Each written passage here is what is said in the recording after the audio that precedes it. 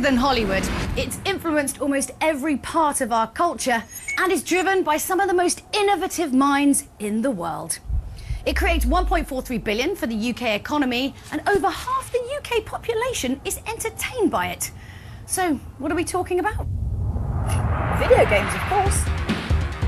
With the popularity of one genre seeming to withstand the test of time, technological innovation, and the rapidly expanding narratives of modern gameplay, we've decided to delve into the world of fight games and examine what exactly is keeping the genre alive. We see some Radio 1 and 1Xtra DJs go head-to-head on the new Street Fighter, talk to fight games mega fan Logan Salma, delve into the psychology of fight games, and take a look back at the crazy and complex history of the genre.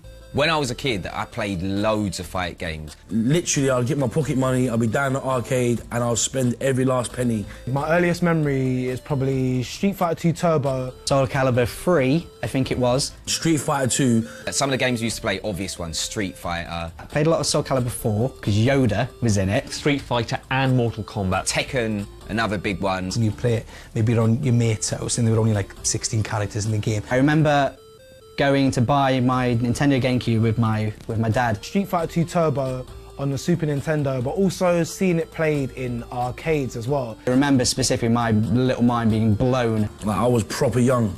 People like playing against other people. I used to literally go next door to my best mate's house and I'd be there every day after school. Fight game, just pick it up, and then like you could actually win. One of the biggest misconceptions about gaming is that it's antisocial. And this couldn't be further from the truth, and no more so, in fact, than with fighting games, when it really is about, sitting side by side against your competitor, like feeling the heat, the fire, the fast tapping of the fingers as you win or lose, as the case may be. So I thought I'd come down to my local arcade with a real-life friend of mine, Aoife Wilson, who's a video games journalist for Eurogamer, to talk a little bit more about the community side of fighting games. Hey, Miss Wilson. Hi. How you doing? Good, how are you? Yeah, hanging out in the arcade. Do you feel at home in the arcade? I do a little bit, yeah. It just brings back memories of being here when I was younger and like just playing loads of fighting games with my friends. Seeing crowds of people in arcades, it's really exciting as a gamer because you're just like, oh, my people, I'm home, It's just really nice to see people having fun, being social, and just playing games at the same time. What do you think it is about, especially with like fighting games, that being next to someone or being in the facility while you're playing them just sort of gives it that extra something? It's because it's like you just riff off each other all the time. Like I used to play fighting games all the time with my friends when we were growing up. We used to play Tekken, we used to play Street Fighter to a lesser extent, we used to play just everything. And then the moment you can turn around and go, ah, like in their face, like that's just what makes it so much fun. Because I mean, obviously, with games going more and more online, there seems to be like, a huge push to kind of, have these kind of like matches that are kind of very remote. Yeah. And I mean, do you think fighting games lost a lot of their kind of spark when that happened? For so many hardcore fighting game community members, like, I mean, that community is so ingrained and they just love it so much. So for them, that's never gone away. But for people who kind of play more casual, like me, like I really only play with my friends. I don't really have an interest in playing online with people I don't know because I don't know, it's just not as fun. Like I don't have the time to put in to be the best. Yeah. I just play it to have silly fun and to just, to make fun of people and myself at the same time. I mean, it's tough because actually, like I know I had a lot of friends who are like super into Street Fighter and then they go online onto like some of the rank match and they're betting points and all this sort of stuff. And they just lose all the time because the standard is so high, and then you just sort of like, oh, I can't really be bothered. I want to win like, I mean, okay, but 1 in 5, not even 1 in 5. It just gets a bit like depressing. I don't think it's a casual genre really anymore because if you want to be good at it, you got to put the time in, and there's nothing wrong with that, But the only thing is that I worry in time that with no new people coming to the game, that it'll start to stagnate a little bit. Do you think that's why we all love a bit of nostalgia? Like we love jumping back on like, like Street Fighter 2 or something because it's nice to have that simplicity of like a few buttons and it's just more fun. You don't have to think too much, right? And it's kind of like, because it's a little bit of a nostalgia kick and nobody's really judging you too much because you won't have played it in a long time, so you'd be like, oh, I used to be really good at this game, but it's been years now, so if I'm a little bit rusty, it's okay. But I think like, it's the same with gaming in any genre really. Like it's moved on so much now that sometimes it is lovely to just peel back all those layers and get right back to basics. And I think fighting games is, for me, one of the best genres to experience that with. It's obvious that the social side is a huge part in drawing us into playing the game more and more. But I actually want to know what's going on inside our heads. What exactly is happening to us when we're playing these games, and how is it pulling us back time and again? It's the feeling of empowerment that drives a lot of game playing. I think there's a definite psychology behind fight games. Played a lot of Super Smash Bros. With my brother. When me and my brother played, it was really competitive. There's a sibling rivalry, even if they don't want to admit it. Almost all of my childhood stroke adolescent arguments, beefs, were all settled in games like Street Fighter. These kind of intrinsic human needs, right? To survive, basically. To survive, we need to compete. No one wants to play me. When it comes to Street Fighter 2, any of the Street Fighter games, I'm the best. But that is a part of this game world that builds on those intrinsic kind of needs and desires for survival that we all have. Like, I'll beat you with Dark Sim. I'll beat you with Chun-Li. Fam, I'll beat you with Zhang. You pick the character, I'll beat you with them. And I remember it got to a stage in my life where it started getting taken really, really seriously. There's two things that make people really angry in games or frustrated with games. One is when it's too hard. I remember feeling the cold-handed defeat like, my brother's pretty good at it. And I used to get quite scared. I'm not even lying, it's Street Fighter. If I beat him, he used to really lose his temper. He'd broken many a controller. I threw a controller against the SNES. But the other thing that really frustrates players is when it's too easy. A lot of people don't want to play me no more. Like, even when I'm like, yeah, let's get Street Fighter out, everyone's like, oh, is that the time? Gotta go. Do-do-do-do-do-do. Oh, Still to come, we got our fight games super fan, DJ Logan Sama, our history of fighting games, and we're pitting Radio 1's Dev and 1Extra's Nick Bright against each other in a Street Fighter V Clash of the Titans. Well, I say Titans, I mean DJs. So we found out a lot about the behind the scenes of the game itself, and we thought we'd come down to our local gaming pub here in Stratford. As you know, where better to meet the community that have kept the Street Fighter spirit alive. We've got 1Extra's Logan Sama here, who is a Street Fighter uber fan, who's going to be talking us through why he thinks it's had the long, illustrious popularity it has. Before we have a chat to Logan, I thought I'd chat to the resident video game expert here at Loading Bar, which is Matt, and he's going to be giving us a quick rundown of fighting games history, like in a short, concise way. I'll do my best. So what are we talking about first? Sure, so this game we have here is Mortal Kombat. I feel when you talk about fighting games, you talk about the two key ones, which are Street Fighter and Mortal Kombat. Mortal Kombat's known more for its graphic violence, I'd say, like that's how it was pitched, that's how it got all people knowing about it. Into trouble as well, a lot. Absolutely, Yeah. yes. And it's also now known for a bunch of secrets in it as well. So there's still stuff people are trying to figure out about this game. So why don't we have a quick go? Let's have a look. Okay, so I remember nothing about playing this game. I don't know, how many buttons do we actually have? I think Just it's two? Four. I mean, I remember feeling that this was like really fast and yeah, really totally. realistic, because there was that weird period with video games where everything was, yeah, like FMV, like full motion video. Oh! There we go. Sonya wins. So kind of Mortal Kombat felt a bit like the future, a little bit. Absolutely. But why don't we go back even further? I want to go into the past more. What are we going to see next? If we want to do that, we go to Kung Fu. So talk us through a little bit of this. Obviously, this is, you know, very simplistic. Oh yeah, sure. So this one kind of put the idea of a fighting game into video games vocabulary. It's only a single-player game, which I think is definitely true for... A bit of a missed opportunity. Oh yeah, absolutely. Like the fun of fighting games is figuring out the other person, and this one doesn't quite have that, but you get to punch a guy. Let's have a play. All right, so he's got a stick. He's got I range. feel that's not fair. What do I got? I got jumping in diagonals. Does it feel quite responsive? No, not at all. Let's have a quick Yeah, go. Oh, can you actually do like 2-button combos or anything? That's pretty nice. Oh. Yeah. Oh, yeah. Just keep kicking him in his face. No, but he's hitting me with the stick. That's not going well. It's unfair.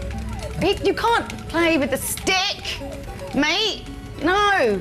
That's clearly cheating. Oh my God! You know, these characters are a bit kind of bland, a little bit one-dimensional. I think you've got something with a bit more kind of character focus for us. I think I could find something for you. All right, okay. So here we have WWF No Mercy. I feel like this game's really exciting, and games that are like licenses of an existing thing, because I can be Stone Cold Steve Austin, I can be The Rock. Yeah, let's play a little bit, I think. I always used to say like, oh, the graphics are really good in this when they could model Triple H's hair a lot better. But for the time.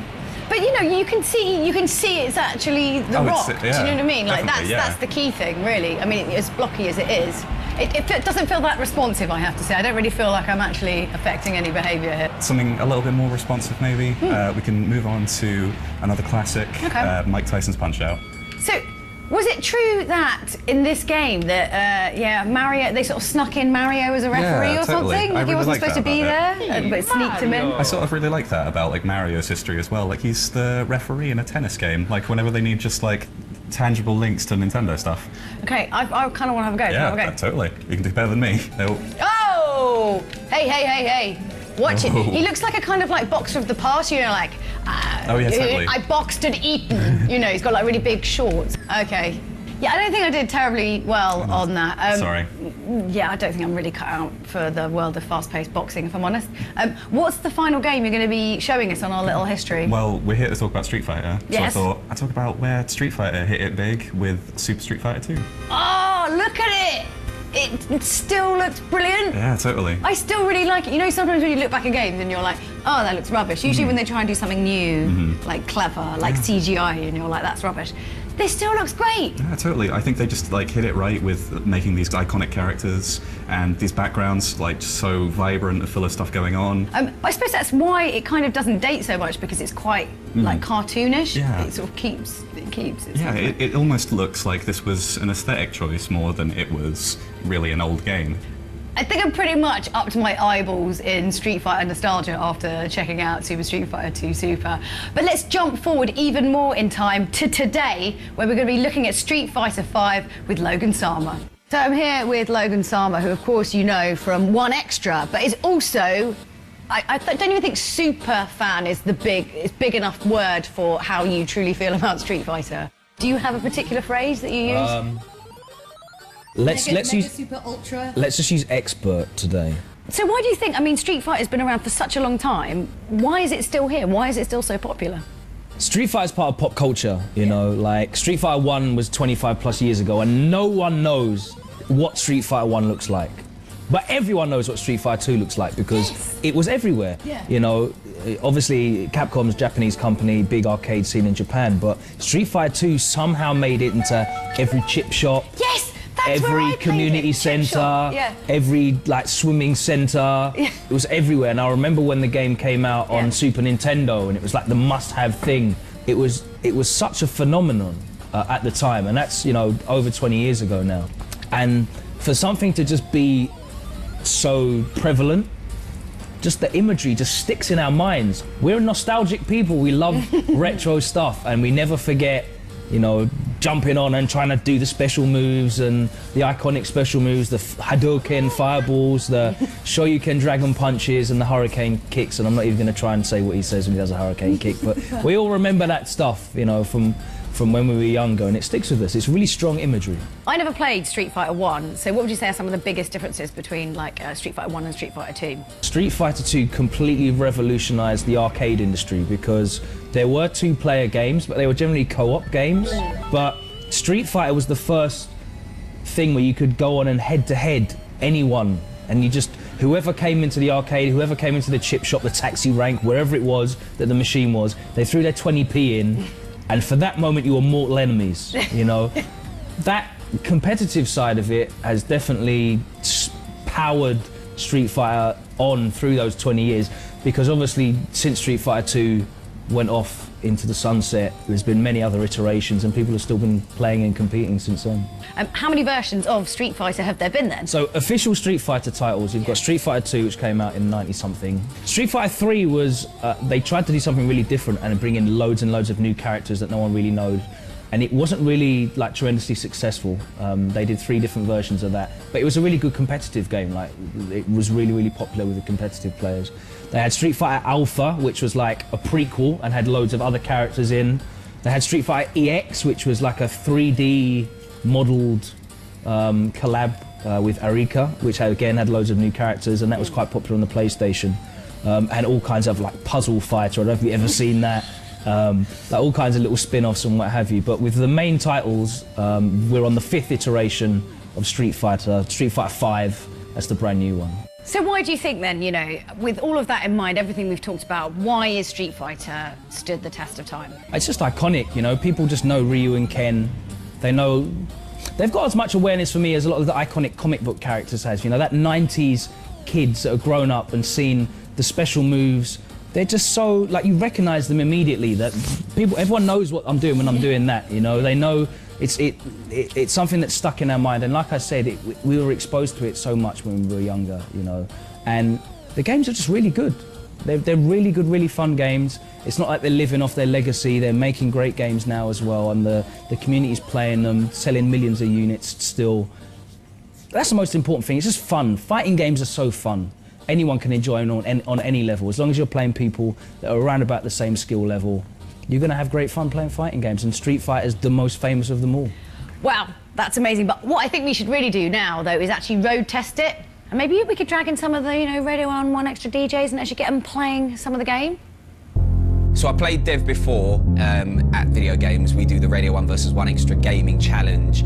So we're both playing for the pride of our respective stations. Years of history and heritage rested on these broad shoulders. I am quite nervous about playing Dev. I have to defend my honour and also my title. You know, I'm playing for pride for the station of 1 Extra. I hate losing. So I'm back again with Logan here, and obviously, like, I had a bit of a go myself the other day, but I thought it'd be quite good to kind of properly road test the game and get a couple of people quite, you know, passionate about it. So I've dragged these two guys in, obviously, Dev and Nick from 1 Extra and Radio 1, and you guys are going to let us know what you think of the game. All right, Street Fighter 5, let's do it. 3, 2, 1. Oh, Nick's having trouble getting his special moves out. I think he's a little bit... Oh, nice. I spoke too soon. Basically, if you want to be good at Street Fighter, it's not about just doing as many moves as you can. Is it not? As often as possible, no. Really? Button mashing is definitely not a good tactic at a high level. However, at this level, it might seem to work. That was pretty close, to be honest with you. It wasn't that far off, and I can see Dev's like not entirely comfortable. Did Dev have the crazy eyes on the go again then, or? I think, I don't know, maybe we could give like Nick a little bit of help here. Nick, some coaching. Yeah, a little bit of coaching. I'm quite happy with how Nick's doing. I think he just needs to be a bit more patient.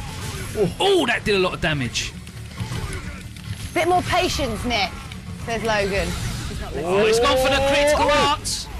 That's going to do a big chunk of damage. You can see it all coming off there. The red Oh, that is a lot of health. Nick's got his critical art up as well with a full EX bar, but I'm not confident that he can actually do the input, to be honest with you.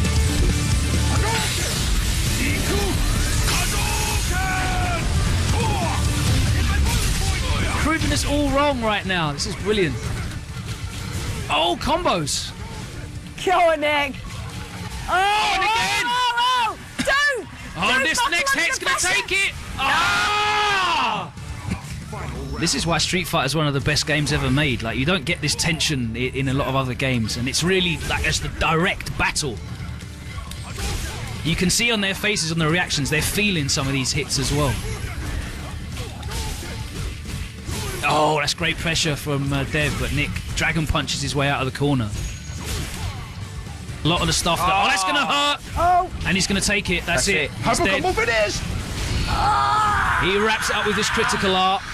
Wow, look at that. That's what Street Fighter does to you. That, look at that face. Ken wins. Do you like that?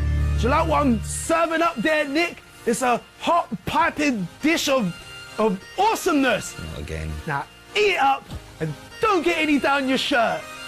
Whatever that means. Okay.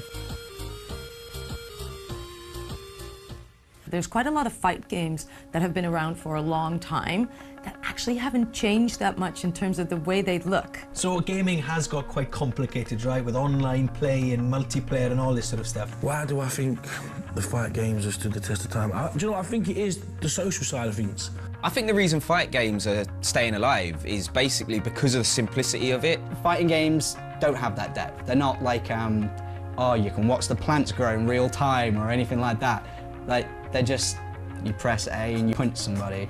And I think those games will always like survive because anyone can pick them up.